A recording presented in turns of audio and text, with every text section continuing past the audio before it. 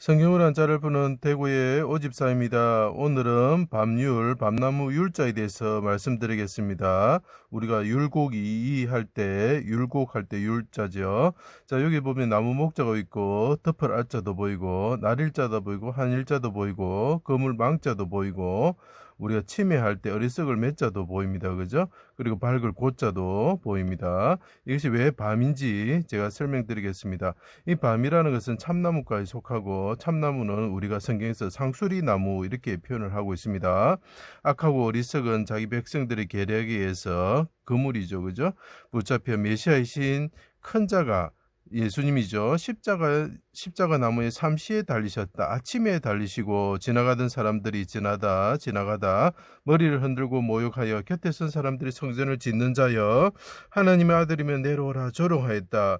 해가 빛을 잃고 밝음을 잃고 하나님이 어둠 가운데 임할 때에 큰 자가 가시나무 같은 사람들, 자 여기에 보시면 큰 자가 있는데 가시나무 같은 사람들, 요 사람인 자 보이죠? 사람들에 의해서 둘러싸여 있어 백합화처럼 주 하나님께 부르짖으시면서 그 영이 대적의 거물에 의해서, 영이 뭐래 그랬죠? 새죠. 그 새를 잡는 게 뭐겠습니까? 거물이죠. 영이 떠나셨다. 그리고 그분이 해가 빛을 잃을 때 이 뭡니까 날일자 옆으로 누웠죠. 그분이 부르짖으시고 죽으셨다, 이런 뜻이죠. 그 가시나무 가운데 백합화처럼 부르짖으시고 내 영혼을 아버지 손에 부탁하나이다. 대적의 거물에서 구원하여 주십시오. 나를 지켜주십시오. 큰 자가 하나님께 부르짖습니다. 내가 어리석습니다. 옆에 이 백성들도 하나님을 알지 못하고 어리석습니다. 하나님 나를 구원하여 주십시오. 지켜주십시오. 이런 뜻이죠. 그 지킬 보자도 되고, 그 다음에 이 뭡니까 어리석을 맺자도 되는 것입니다. 영이 떠나시며 땅이 진동하고, 여기서 아까 제가 말씀드렸죠. 영이 뭐라 그랬습니까? 비둘기 같다 그랬죠. 비둘기를 잡는 거, 옆으로 누웠다는 것은 죽었다는 뜻이죠. 비둘기를 잡는 건 거물이라 그랬죠. 땅이 진동하고 바위가 터지고 무덤에서 자던 성도들이 일어나 거룩한 성에 들어갔다. 이렇게 이야기를 하는 거죠.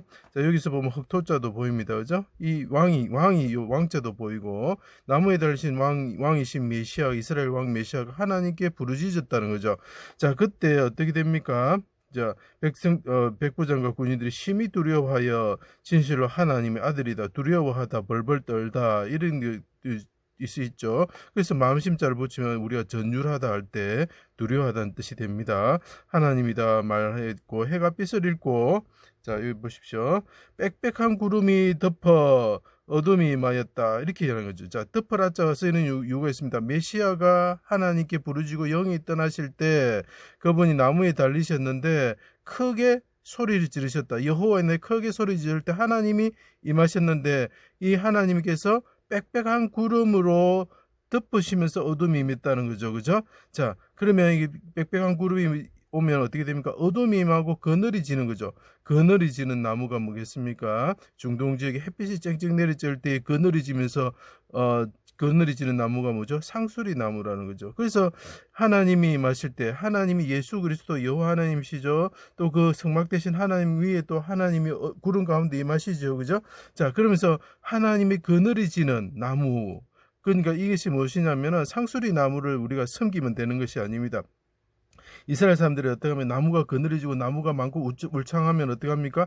그 나무를 섬기게 되는 거죠. 그죠? 우리나라 사람들 마찬가지로 큰 나무가 있고 오래된 나무가 그늘이 막 지면 거기서 제사를 지내고 무당이 구슬합니다. 그런 것이 아닙니다.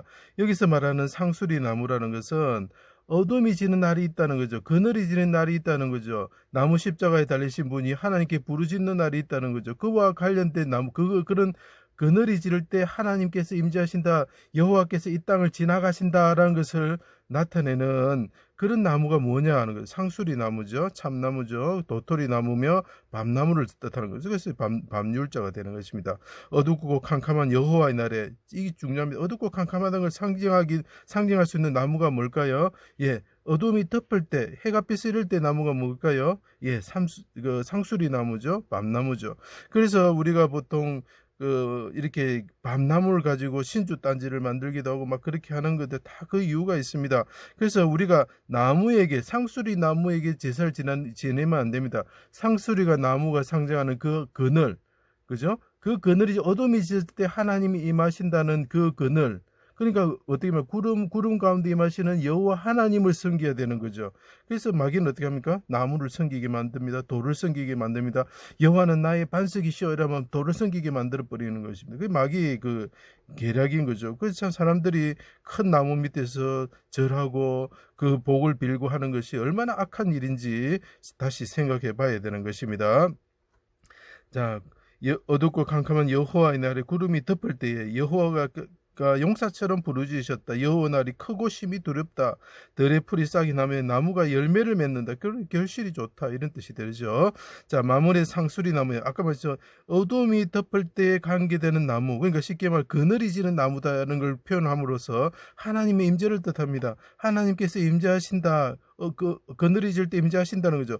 여호와가 아브라함에게 오셨다는 거죠. 이게 똑같은 십자가 사건을 나타냅니다. 그분이 소돔에 이제 그 심판하러 가시는 거죠. 그때 아브라함을 만나시는 거죠. 그때 아브라함이 어떻습니까? 아버지 나를 위해서 이 백성들을 롯을 고해 주십시오. 그것이 예수님께서 십자가에서 그늘이 질 때에 하나님께 부르짖는 기도하고 똑같은 거죠. 지나가다는 거. 어둠이 지는 이 나무에게 구름이 덮어가지고 어둠이 지는 그 나무처럼 보이는 그 상수리 나무를 이야기할 때 지나가다는 뜻이 있는 거죠.